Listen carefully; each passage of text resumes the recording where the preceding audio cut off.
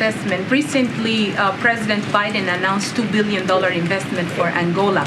Will there be any more investment coming from Angola, or what the president really expects from this investment that he announced many times for Angola? So he really expects that you will see a major deployment of solar power in Angola. That was a significant project that was facilitated by funding and mechanisms from the United States government. So he's looking forward to seeing that actually come to fruition. You know, a lot of African countries have held the line against condemning Russia. Has the U.S. communicated any possible consequences of maintaining that stance? Does any of that $55 billion play into that? What are the consequences if they continue to not choose a side in this?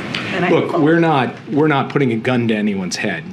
We believe that the war in Ukraine is a matter of principle, and it's not an American principle. It's a principle we all signed up to in the United Nations Charter. It's a principle of sovereignty and territorial integrity. So we will make the case with passion and persistence to every country in the world that they should speak out against these flagrant violations of the UN Charter. But we're not imposing conditionality from the point of view of this summit on decisions that sovereign countries make in this regard. The same topics, trade, health, food security, and national security, have been the topics of presidents from Bill Clinton to George W. Bush to Barack Obama and now. Why are these same issues still on the table after all of these years?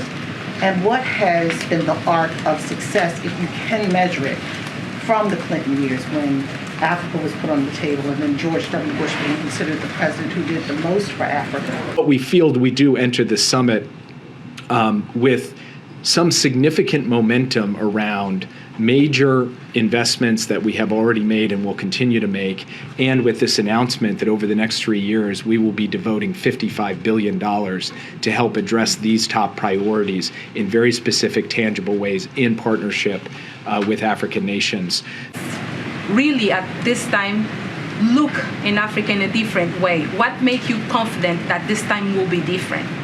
I would say three things make me confident that we will have a positive result from the summit. The first is we are bringing the resources to the table in significant numbers. And if you compare what the United States is committing over the next 3 years to what any other country is committing, I think we stack up extremely favorably. At the end of the day, though, I agree with you. It's not about what we say, it's about what we do. And part of the reason that I have so much confidence about this summit and what will follow is because I do have confidence that this president, this vice president, this secretary of state, we are intending to follow through.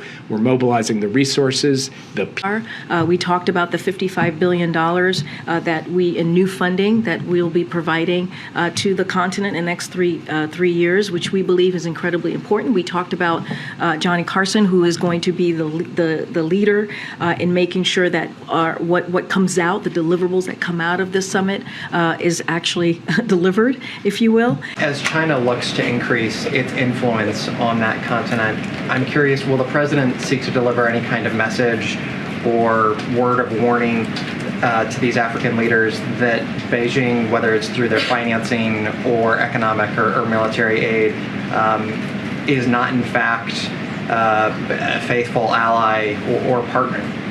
This is going to be about what we can offer. It's going to be a positive proposition about the United States' partnership with Africa. It's not going to be about other countries. It's not going to be attempting to compare or contrast. It's rather going to be about the affirmative agenda that the United States has to bring.